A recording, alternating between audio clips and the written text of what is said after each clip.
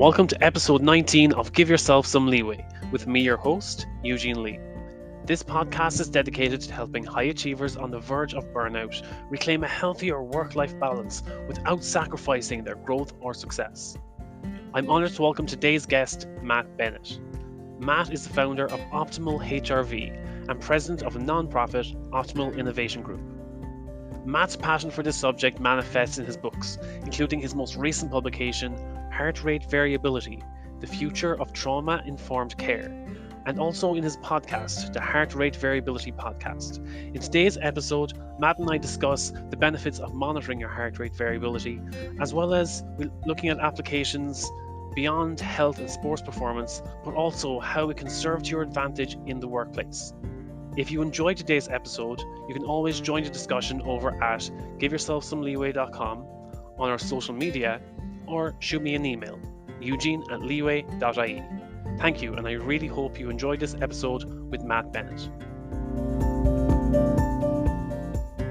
And one of the things that I always like to start with is seeing where you get that spark, how you got onto this journey, and where you get that vision. So how did that journey begin? What was the turning point that made you decide to go down this path?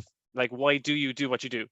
Awesome. And I love it that I'm ending up, at least right now, on a podcast for high performers. So I'll tell a little bit about my journey, but it's just so exciting where it takes you, these sort of ventures when you put yourself out there. So actually, I sort of started out on the other end of the spectrum from, I know what most of your audience is my background. I kind of have a dual, two sides of my brain, so to speak, professionally. I have a master's in psychology as well as a master's in business administration. My friends joke I should be some evil genius who's trying to take over the world. Instead, I've spent most of my career in homeless shelters and child welfare and those sort of arenas. So I spent the majority of my career working and trying to help folks with a history of trauma.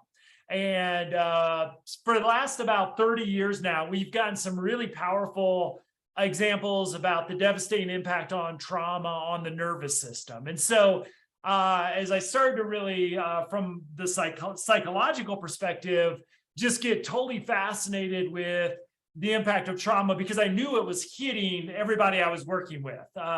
If you were ever on my caseload, you usually came from a horrific history of trauma and how it impacted. Initially, I really did a deep dive into the neurobiology, so specifically the brain. And we know people with untreated trauma, and again, this all can be treated, which is the real good news. Their prefrontal cortex or that executive center can be smaller in size, amygdala larger in size. So I was just nerding out about all this, but I really felt like I was a physician without an x-ray. Is I could read all these studies, but how is this impacting Eugene, for example?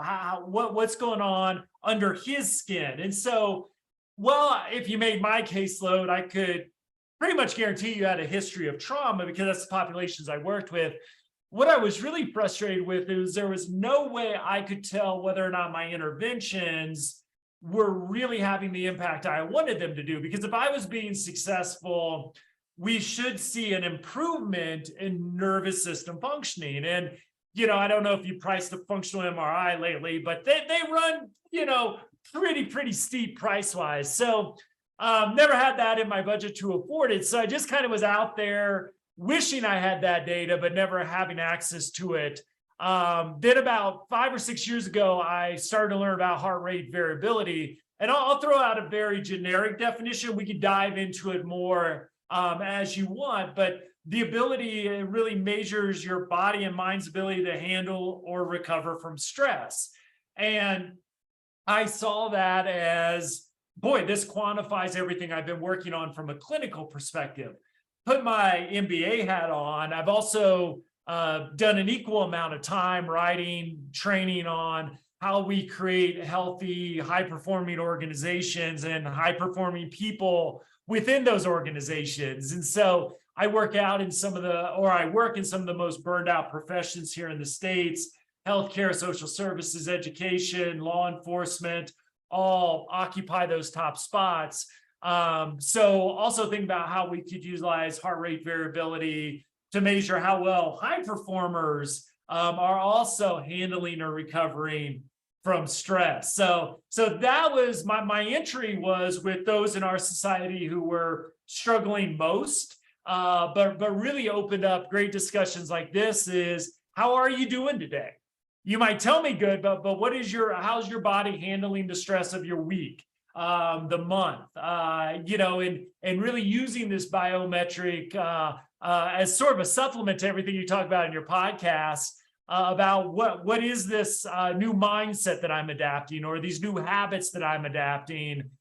Since you already told us our New Year's resolutions has failed, I'm still flossing, by the way. I'm still in that 10% or whatever it is. But how do we start to measure the impact of this? And so, it's great to talk to folks like you, because I get to have feet in both worlds about the people sort of pushing the envelopes as far as biometrics and performance are concerned, and then hoping that I can also be effective of getting that on portions of the population that almost never get new technology when they could use it the most as well. That's great, Matt. I think, like, when it comes to biometrics, I think people's only understanding of biometrics is the likes of Whoop or the Fitbit. Yeah. And in terms of heart rate variability, like when you look at the Fitbit, you probably just see steps, pulse, and maybe your like sleep quality rating or something like that. Yeah. And when it comes to these, let's say like the mainstream devices, how accurate do you think they are, let's say, when they have extra readings like HRV, let's say on a Fitbit? Or would you go by the accuracy of those? So I'll give a lot of credit to Whoop. I think they have really focused on accuracy from what I've seen.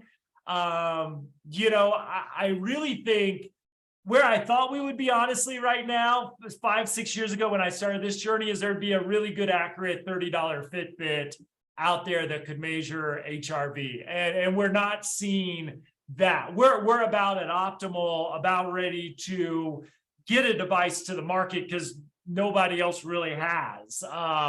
So at that sort of price point that's affordable for most people. So Whoop has focused a lot of really good attention on accuracy. I think the questions come in with the watches. Now you got a Polar watch with a Polar chest strap, you've got really good data. You're taking it on the wrist. The HRV nerds out there would say Apple Watch, Fitbit. The accuracy is not where we really want it to be. Now, are you getting data that's better than nothing? Yeah, I think you can make the argument for that. You're getting decent data. Would I want to make clinical decisions on that data? Not really. So that's what I would say. It might give you your blood pressure, but if you go to the doctor and you put on the strap, you're going to get a much accurate level. So I would say, okay, you look at things like Whoop. I would put Oura Ring in that category as well. Do have paid a lot more attention and kind of prioritized heart rate variability. Those are the good 24-hour devices that, if you want that level of monitoring, can really give you pretty accurate data.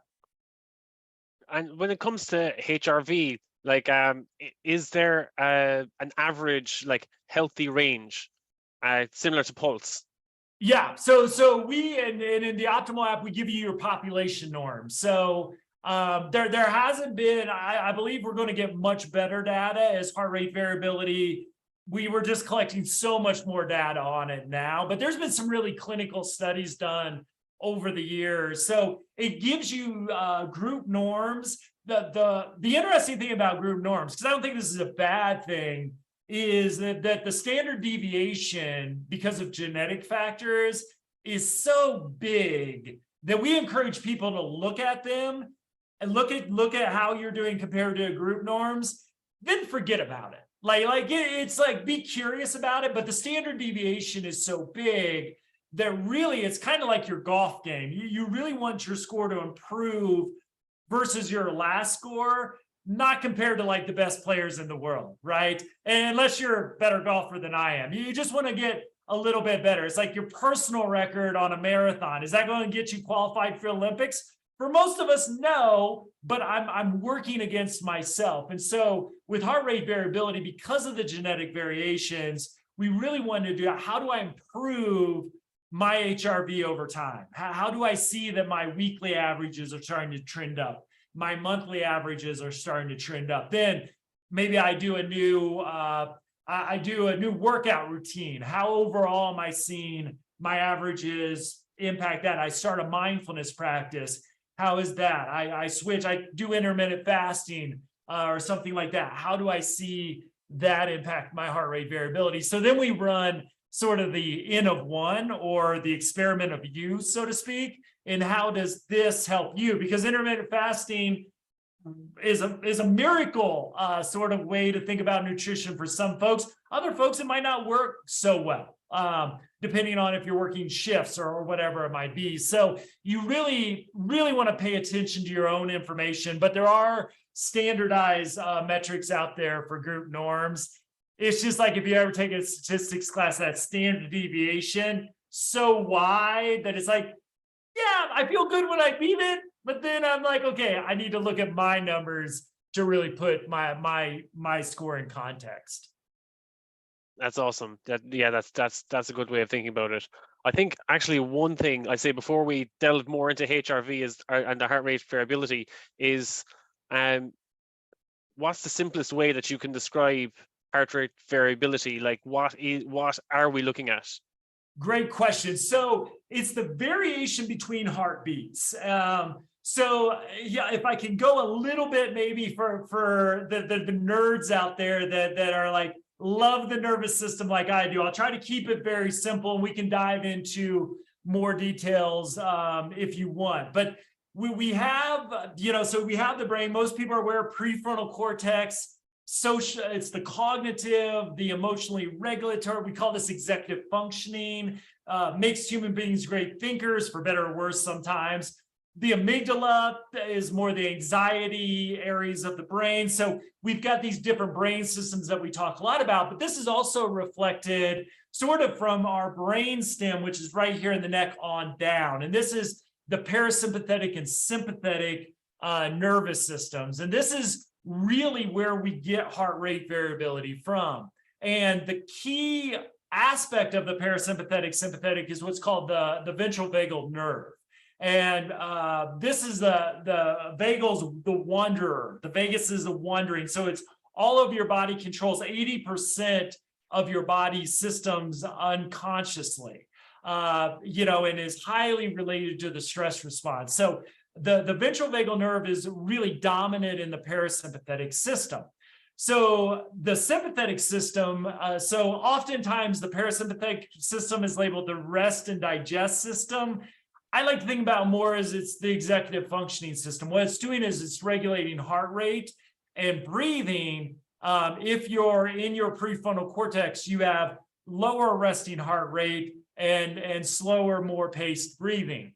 Then we have our sympathetic nervous system, often labeled the fight or flight aspect of our nervous system. I like to label it the Iron Man part, because again, fight or flight's just too simple, because it's always on.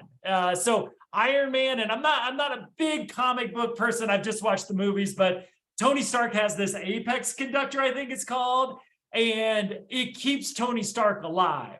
So if your sympathetic system stopped working, you'd be dead, like happened to Tony Stark in the last movie. But when Tony Stark needs to be Iron Man, it also gives him that fight or flight energy to be a superhero as well. So I think that's a much better way than just the fight or flight. It's also giving us the energy we need to live our life. Now, there's a dance between these two systems, which tells us so much about our overall health and wellness. So every time we inhale, what we see is that the ventral vagal nerve kind of puts us a brake on our heart rate escalation. So if we didn't have the ventral vagal nerve, our heartbeat would be in the range, depending on the individual, around 110, 120 beats per minute. In other words, if you can think about yourself taking a pretty strenuous jog, that would be without the ventral vagal brake on it. That would be our trait. That would be who we met. So imagine walking through your workday as if you were on a very fast-paced, pretty intense jog in that state all day, sitting in meetings all day. It would be a total miserable existence for us. We may cut back on coffee a little bit, but still be miserable existence.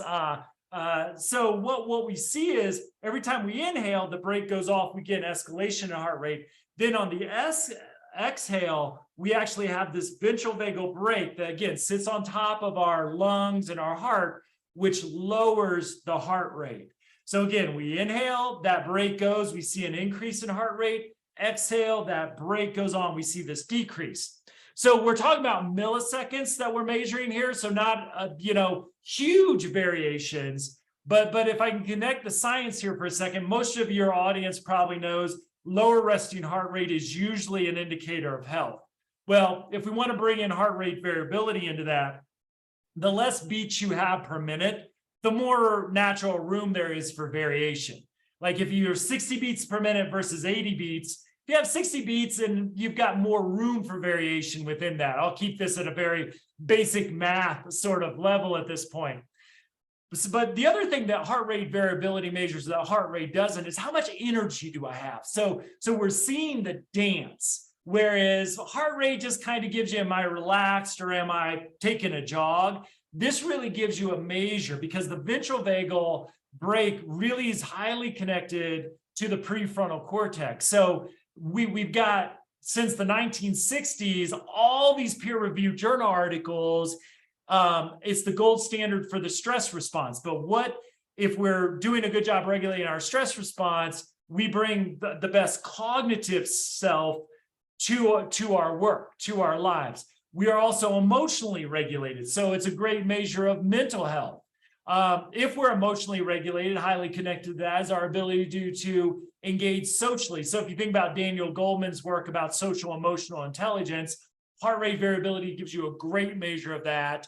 And then the final aspect of this is where heart rate variability took off initially, at least in the consumer market, is medical health as well. So the early adopters to this were elite athletes, because if you do a hard workout, that's a type of stress.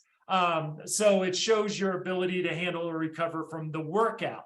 So unlike when I was raised, growing up as an athlete, you better push yourself. You get up at 5 a.m. every day and you better destroy yourself or you're not working hard enough.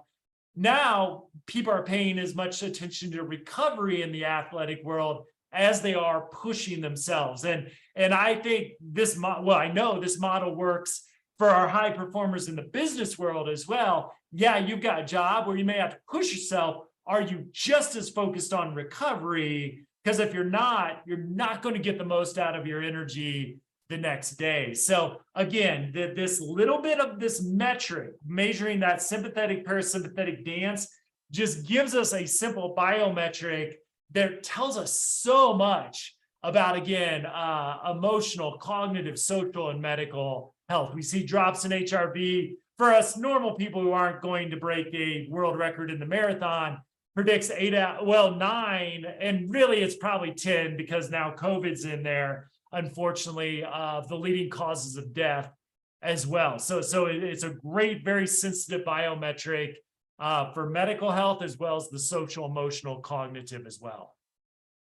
Yeah, just as you mentioned there, like that, it's not only sports, like sports professionals that are using heart rate variability. And you mentioned that people like in business use it as well. So I was wondering, this was literally just going through my head earlier, that is there ways of using these biometrics, quantifying these biometrics to monitor stress levels and performance levels of people in the workplace? Yes, yeah, absolutely. So from the individual perspective, we really encourage a morning reading. That's wake up in the morning, put on your HRV monitor, take on our app, it's it's pretty typical, a 3-minute reading. Gives you a really great baseline. We suggest morning readings because there's just less variables except for the quality of your sleep, which is a huge predictor of performance. You haven't even are you eating bacon or are you having a healthy shake for breakfast? Even that's going to impact your heart rate variability score. So it gives you a really good baseline. And then it basically tells me every morning how much fuel I have in my tank for the day. So and higher the heart rate variability, the better. If I have a fairly low heart rate variability compared to my averages, I know I'm probably good through about noon. Like my creative work, my like where I really got to think, or any calls that I might be able to schedule, morning the better. Afternoon, I'm going to be in QuickBooks. Like I'm going to be doing boring stuff that I don't want to screw it up, but I don't need this energy that I want to give you and your audience right here. I can kind of kick back a little bit and maybe do less intense work that I need there. Now, the interesting thing about our journey with Optimal is initially we set out to fill a gap in the market for clinicians. So if you think about your mental health therapist or your physician, there wasn't really anything in the market at the time to say, here's the people you're working with. Because one of the things that really drove my passion for this with the population I worked with is there's some really great research out there that drops in heart rate variability over a 2 to 3 day period of time can predict things like suicide, can predict things like self-harm or relapse to an addiction. And so, I just had to get that to clinicians. Like, here's an early warning sign about life-threatening things that might be able to happen. So we created this database, confidentiality, all that was included for the medical arena. But what we did at the same time, and what business people realized we did, is we give a great organizational dashboard as well. So not only from the individuals, how's the team doing today?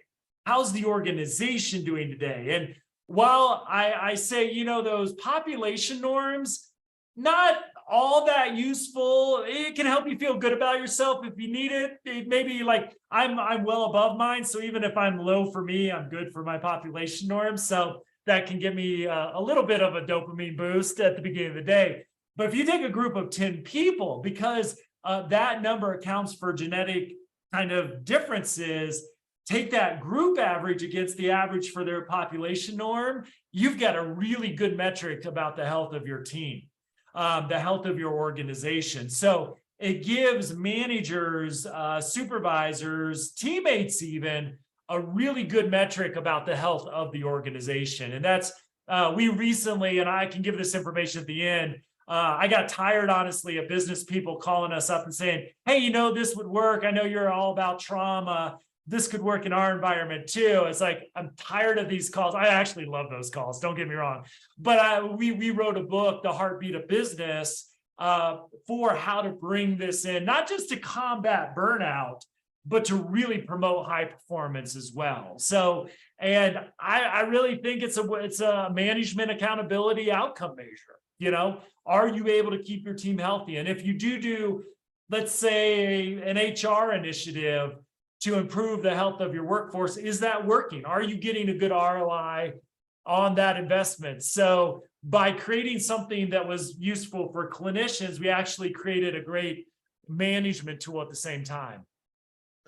And do you think that, let's say, using these biometrics, especially from, let's say, a HR management point of view, do you think that there's like ethical or privacy concerns that employees might have that, like, I know some people that they don't like, let's say, using the Wi-Fi at work because they think they're being tracked.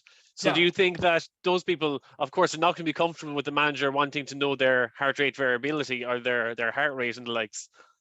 Yeah, so absolutely. Well, I don't think there is. I know there is. So a few interesting things to think about with that is, one is you've got to protect confidentiality. And I think it's interesting what it says that I tell someone about heart rate variability. I tell them kind of what I told you about. This could be I would never share that with my employer. Like that, we get that immediately. Now, here in the States, at least, we give you all the information you need personally to take out a mortgage in our name, birth certificate, driver's license, social security number. So we give all that over, but this biometric, you didn't even know what it meant a second ago. There's no way you would give that.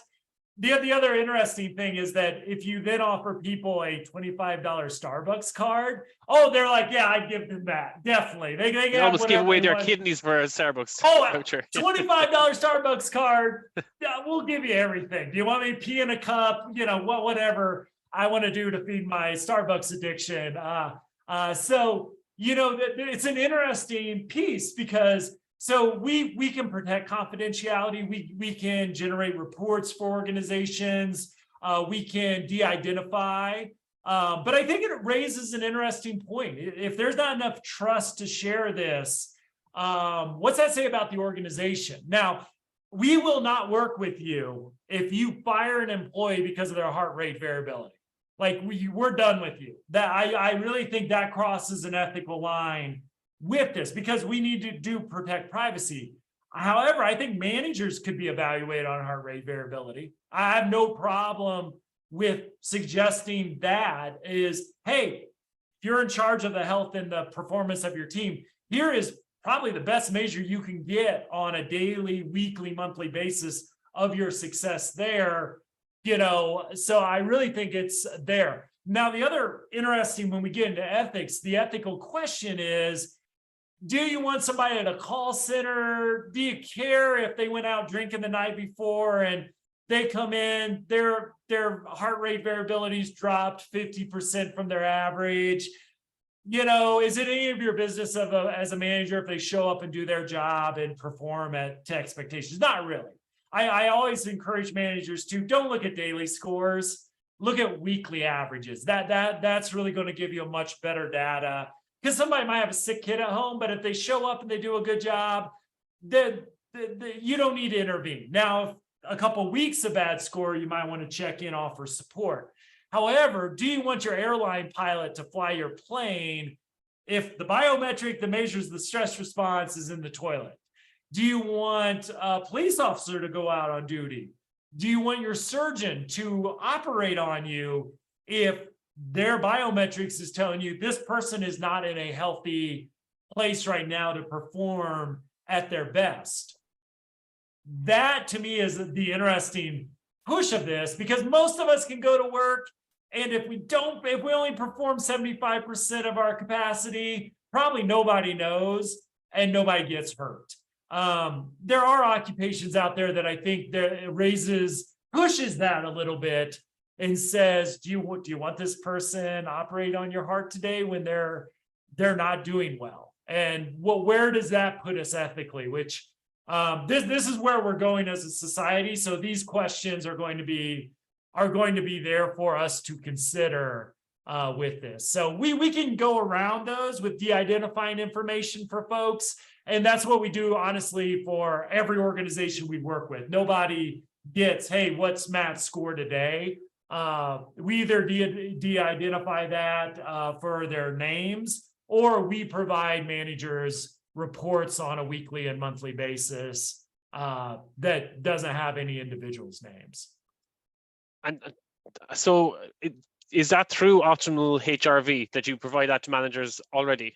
Yes. Yeah. So that's Optimal HRV is our app. And then we have a dashboard, which is a web-based dashboard where you can have group information, organizational information, caseload information, on that group perspective. So the app itself is basically can be an individual user. Then we have the group, the organizational level as well for folks. That's amazing.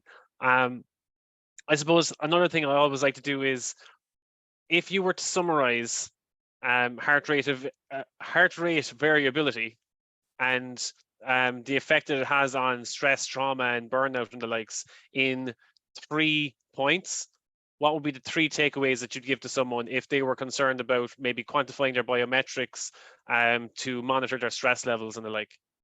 So knowledge is good. That would be my first one. So I tell you what, tracking my heart rate variability over now 5 years, has improved it over time. And I've got data to back that up because I've tried different things. I also know it gives me an early warning sign about burnout. So oftentimes I'll see my HRV start to tank and I'll be like, oh, okay, I need to get my coping skill for burnout's a 3-day weekend. If I can get that on the schedule, I see it pop back up. So early warning sign for that.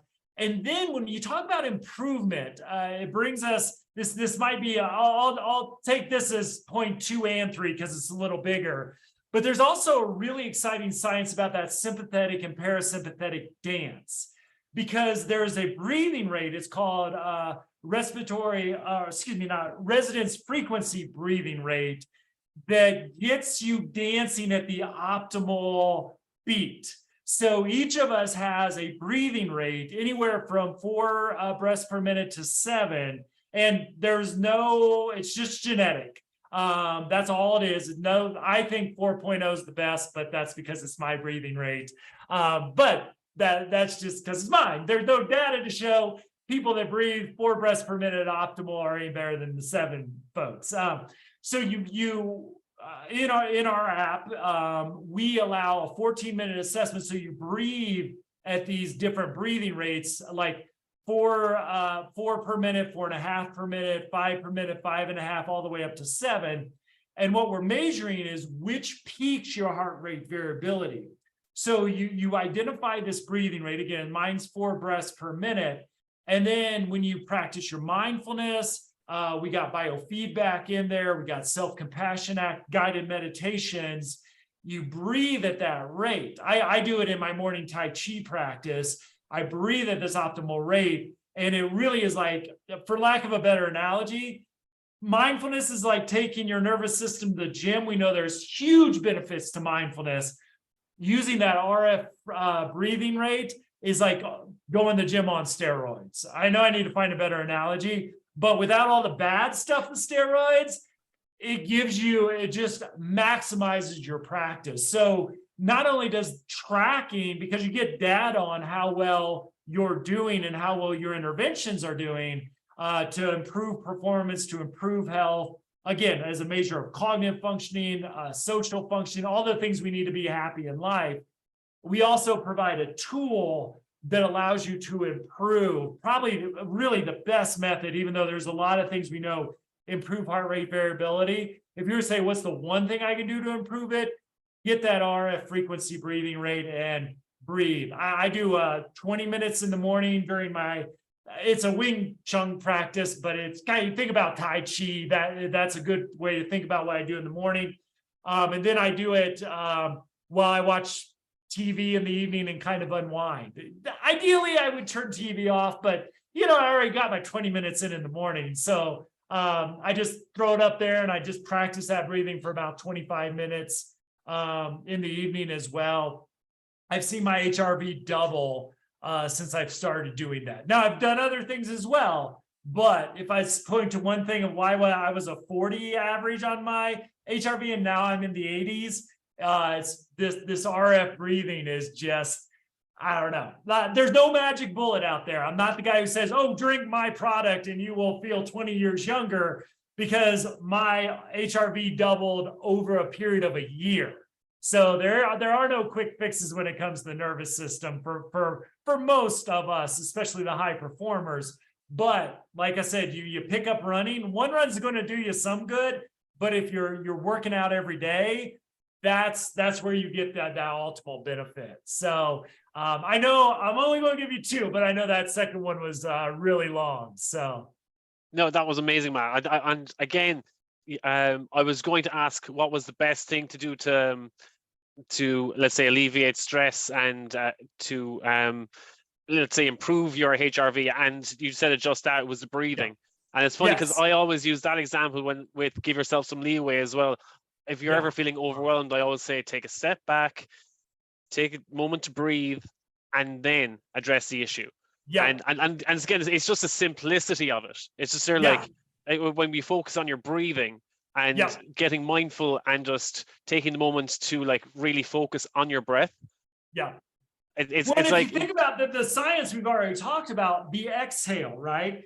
So we used to say, and mental health people still say this, to take a deep breath. Well, when a lot of people take a deep breath, they breathe in through their chest, because that's a deep breath to them. You're actually activating the sympathetic response. So the type of breath is also important. We really talk about low and slow breathing. So one is to activate that parasympathetic brake. That's what we want to do. If calm is important, if you're going to max out on bench press, you want that sympathetic. So take that big deep breath, but you want to really inhale through your stomach. And when you inhale, breathe in the stomach, and make sure, if you don't know your RF rate, extend that exhale, because what you're doing is you're putting that parasympathetic brake on that sympathetic response. So when we get stressed out, that sympathetic, our heart rate goes up. That extra long exhale really brings that back down, and again gets us back into that optimal cognitive space, and emotionally regulated too. So we really get there with strategic breathing. And then get your RF frequency. You can go pay $100, $200, $300 for a biofeedback person to hook you up to expensive machines, or our app will do it for a lot cheaper. Get hooked up, find that rate. Now I do it like I'm a big snowboarder here in Colorado. So when I'm taking the chairlift up, I'll just breathe a little bit of my RF frequency. Like I'll take that time to pause and do some breathing, appreciate nature. So I'll just throw it in throughout the day as well. So you kind of get into the habit of that. And the goal is not to breathe at that rate all the time, because just like you don't want to be jogging all the time, it's a workout for the nervous system that has both the short-term and long-term benefits. That's brilliant, Matt. I suppose for anyone else who's interested in learning more about their heart rate variability in terms of their own health or their performance or their stress levels, where can they find out more about that from you? Yeah, so go to optimalhrv.com, all one word. You'll see our website, get more information about the app. We are currently giving away I've written 2 books, one with Dr. Ina Hazan, who is the world's expert when we talk about HRV biofeedback, and a great chiropractor partner of ours as well, Dr. Dave Hopper. So we've recently published a book for business called Heartbeat of Business. I've also written one just called Heart Rate Variability, where you look at the connection to trauma, and so more of a mental health book as well. We're giving both of those away for free right now, so you can go there, just scroll down a little bit, you'll see the free book offer. Also, we do the Heart Rate Variability Podcast as well, and we're actually doing the audiobook for Heartbeat of Business right now. So if you go to the Heart Rate Variability Podcast, you'll see, like, I think we're on episode 7 or 8 by the time this comes out. Just go back to episode 1. You can go through the audiobook, and we talk about each chapter as well. And we'll put my email in the show notes. If nothing else, I love talking about this stuff. So hey, reach out to me. I can't talk enough. I really think there's life. I know, because I've seen in my own life, I've seen in others, there's something really powerful about this biometric. Like I said, one thing that measures social, emotional, cognitive, medical health, 3 minutes a day. Again, throw some biofeedback practice on there, you're going to get a boost. But just tracking this, especially in this time coming out of COVID, where I believe burnout, stress, trauma, just for all of us, are at all-time highs. So we really hope, we're calling 2023 the year of resiliency and recovery, depending on where you're at. If you're doing great, how are you going to translate the lessons? We call this post-traumatic growth in my field. Translate the hardship of the last few years we've been through into knowledge and wisdom to take into other challenges in your life. If you're like a lot of us and just freaking tired right now, like, how do you look at the next 12 months and really create a recovery plan? And we kind of outlined that in the book.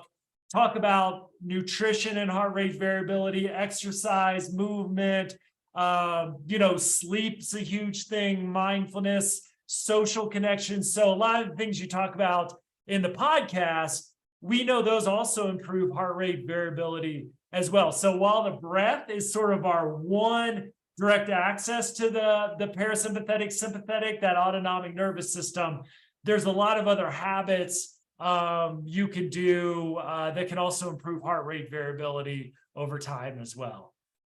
That's amazing, Matt. Thanks again. And I was just like, as you were talking, I was just there like, oh, Matt's got such a good heart giving all this value. And I was like, no pun intended, but going through my head, I was like, you've such a good heart giving all this value out to everyone about heart rate variability. So well, really the good thing is, like I mean, turn on the radio still today. We talk, even though we know all this about the brain, there's something about the heart, right? That there's through the first things written down in human history, there's something about the heart. So I just love that the fact that, like, one, it's great to write a book because you got all these quotes over thousands of years in every culture to pull in from, but it's like, there is a wisdom to the heart. Doesn't mean we ignore the brain, because the brain is just literally mind-blowing, the complexity of it. But the simplicity of and the power of the measure that the message that your heart's telling you is the one you should listen to, because again, you're not going to walk around with a functional MRI machine ready to go at any moment. Whereas heart rate variability, our annual membership is, I think it's $64.99 a year in US dollars. So it's really cheap. We're about ready to launch our own reader. That's also going to be one of the more inexpensive, but definitely tested and accurate readers on the market. So we really want, no matter what income level people are at, if you are a high performer making millions of dollars, we want to give you the best app and device possible. Hey, if you're struggling and trying to get over some stuff in your life, we also want to make this affordable for everybody as well. So I'm still holding that initial mission is everybody needs this. We just don't want people that can afford a $400 watch or $360 a year, whatever a Whoop membership is. I'm big fans of theirs. Not everybody can afford that. So we want to give the accurate information, give it usefully. The RF frequency, we're one of the few people who do that. And again, I want everybody to be on this because it's been life-changing for me. Not overnight, but over 5 years, it's really transformed how I look at my health and my wellness, because I get a measure of how well I'm doing every morning. That's amazing, man. And you can tell as well, like that long-term investment in your own health, and you were absolutely glowing.